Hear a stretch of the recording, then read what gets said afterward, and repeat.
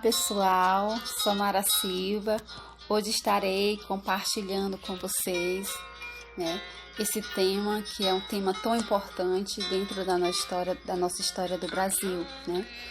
Comecei aí colocando para vocês essa canção, que é uma canção, né, que fez parte nesse período do regime ditatorial.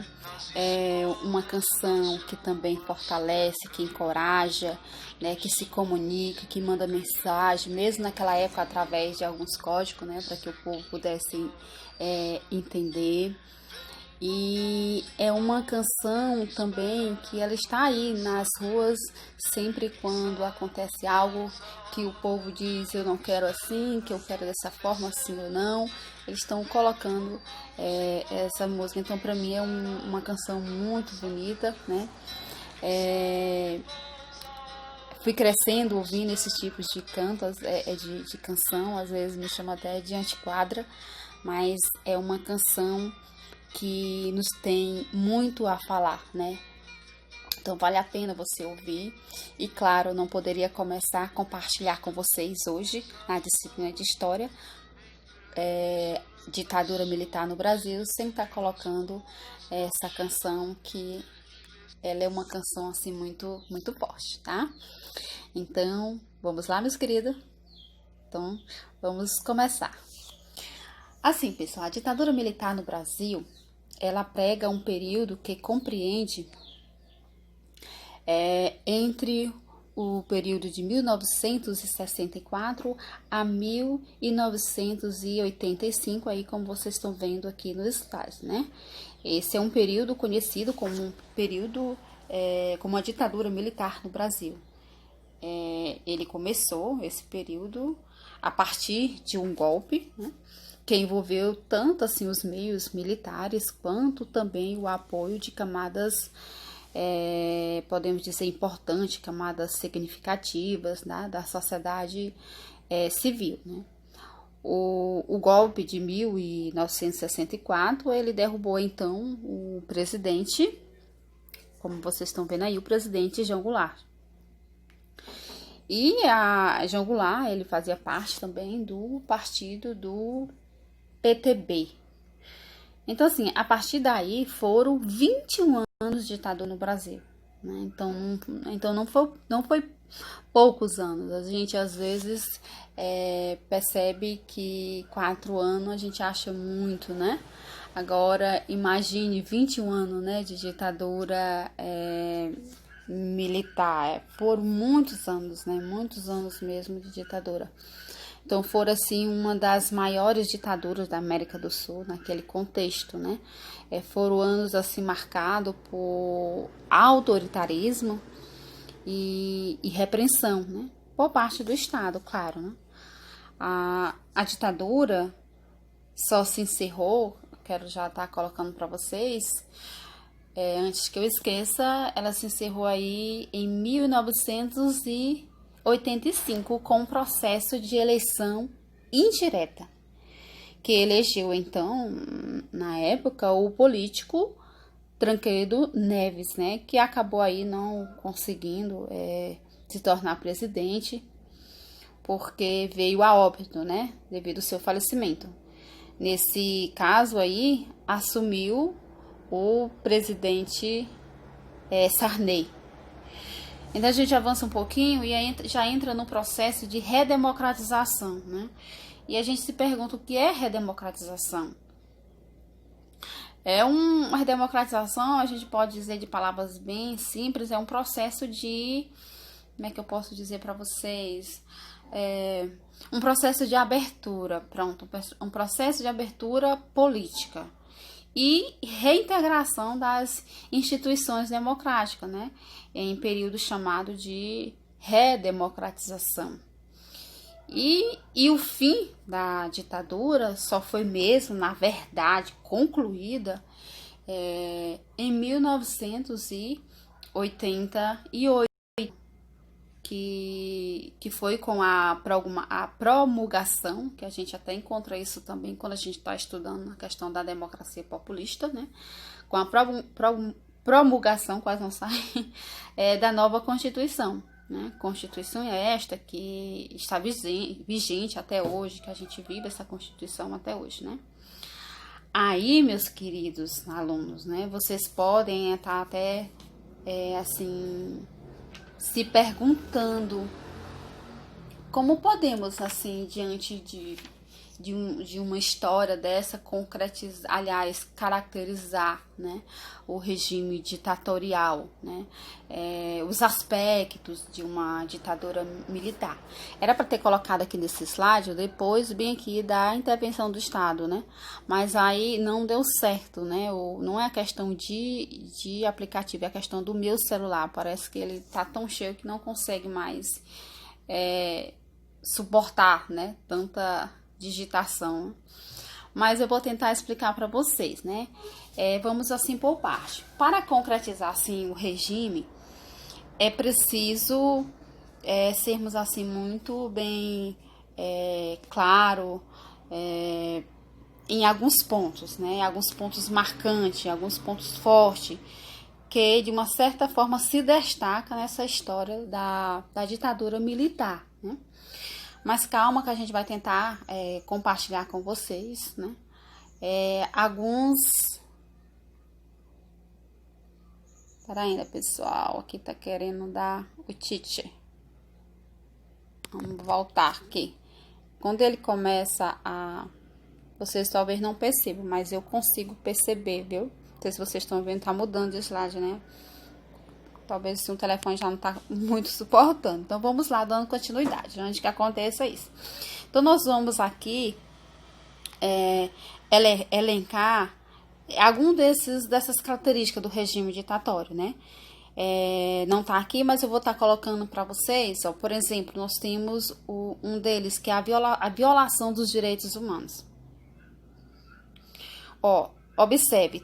Todo regime ditador, eu não estou falando simplesmente da ditadura, mas todo regime ditador, ele viola os direitos humanos. Aí nós temos outra, né, que a gente pode estar caracterizando, que é a ausência de eleições diretas, né, eleições diretas. Por exemplo, no Brasil, a ditadura militar, né, os 5 presidentes, eles foram eleitos de forma indireta. O que é isso, né? Que é isso em relação à eleição indireta? É aquela eleição em que os candidatos não recebem o voto diretamente do povo, ou seja, não recebe o voto direto da população, ou seja, quem escolhe o candidato através do voto são os deputados e senadores. E ocorre da seguinte maneira: aquele que receber mais votos é aquele que fica, né, sendo o presidente. Aí a gente tem também a questão do controle dos meios de comunicação. E aí é que acontece também a censura, né? Outro ponto que a gente pode estar colocando aqui para vocês é a alta intervenção do Estado, né? A alta, aí já deu para ser colocado para vocês verem, né? A alta intervenção do Estado. Ou seja, o Estado, ele é muito presente, ele é muito... ele tem uma força muito grande, né, nesse paradigma, nesse modelo ditatorial, nesse período, né? E o outro ponto é a ausência, né, de liberdade, também a ausência de livre-arbítrio, né?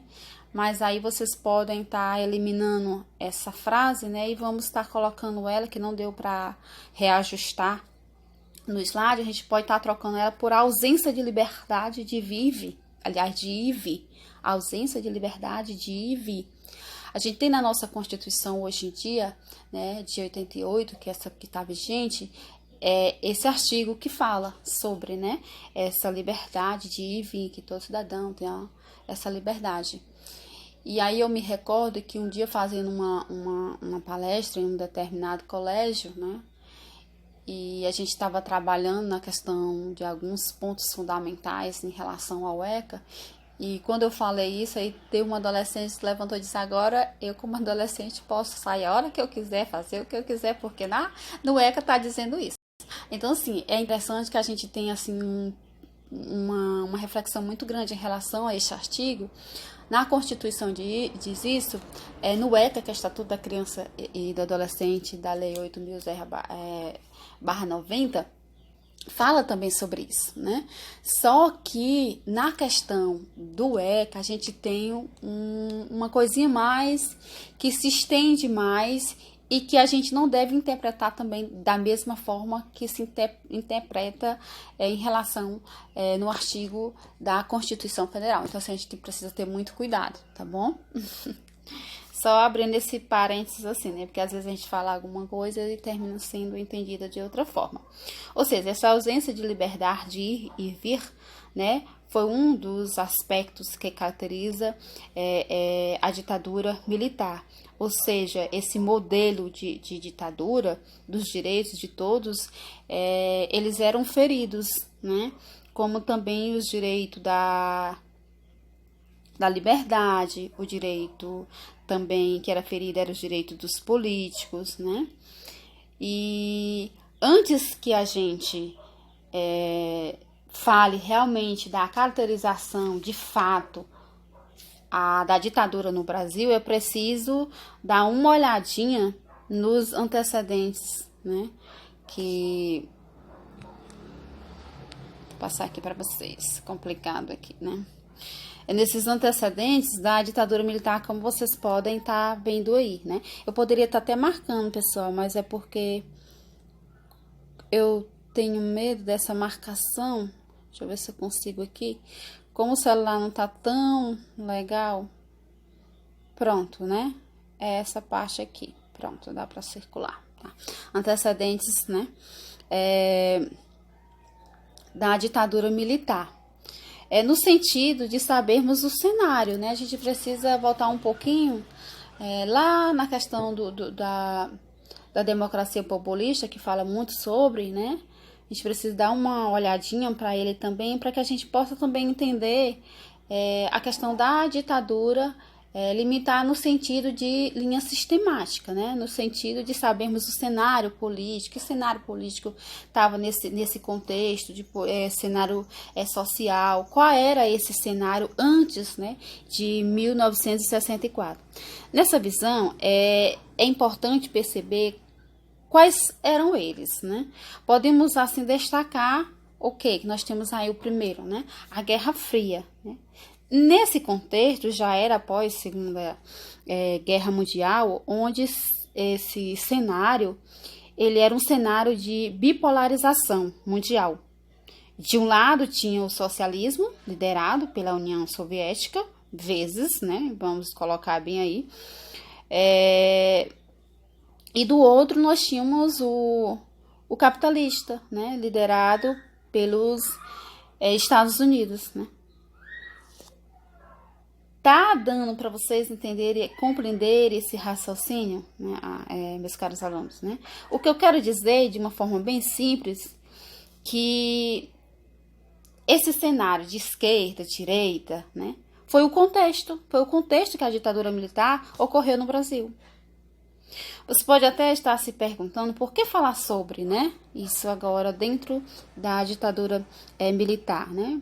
Porque naquele contexto, caros alunos, Cuba é um país da América do Sul, quer dizer, da América do Sul não, da América Central, tinha passado por um processo um processo revolucionário, de revolução, que esse processo aproximou a pequena ilha, né, do grupo socialista.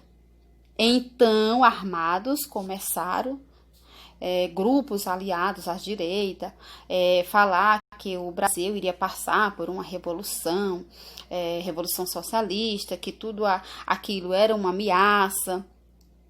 Por isso, o contexto da Guerra Fria. Por isso que o contexto da Guerra Fria também foi muito importante naquele momento e para que nós possamos entender os caminhos, né, da ditadura militar. É interessante também falarmos que, desculpa, que não foi só o Brasil que passou por um regime duro, um regime de ditadura, né? Os países também vizinhos, eles também vivenciaram uma ditadura, né? Por volta aí de 70, década de 70, 80, creio que até antes, né? Como, por exemplo, nós temos a Argentina, né? Que viveu um regime ditatorial, né? Um regime ditatorial naquele contexto da Guerra Fria. Também não podemos esquecer do outro lado, né? Do outro lado da influência, que é o lado dos Estados Unidos, né? Ele como líder do grupo capitalista. Nós temos aí a famosa operação, né, militar, chamada como a Operação Brother Sun, né? Vocês estão vendo aí, né? Dá pra ver direitinho. A Operação Brother Sun. Ela que chegou a ser enviada ao Brasil, deixa eu ver, em 1964. Outro ponto que podemos também chamar de checkmate, né? Ali foi o comício, né? O comício de João Goulart. Esse foi digamos, a derrubada do próprio. A derrubada do próprio. Esse comício foi realizado nas vésperas do golpe de 1964. Aí vocês podem perguntar, Samara,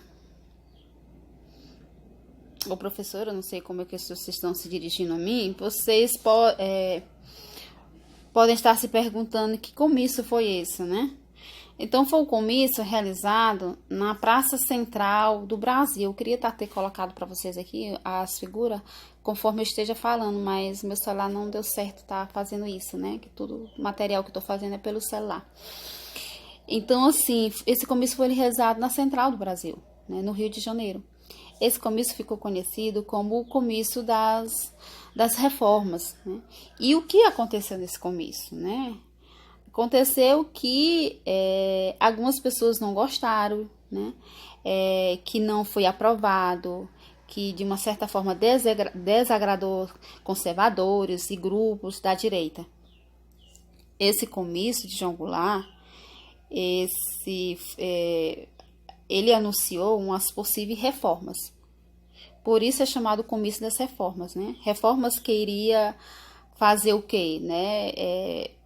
Iria fazer tanto no sistema agrário essas reformas, né? Como seria reformas como as possíveis distribuições de terra, reformas também no próprio sistema educacional, reforma no sistema bancário. E essa reforma no sistema bancário era uma reforma que alterava os juros, né? Tinha alteração de juros, né? Então esse comício ele é considerado por alguns historiadores, assim como dizia a minha professora Alzirinha, é o estopim. Ela chamava, é o estopim, né? Então podemos dizer bem aí que foi realmente esse comício foi o estopim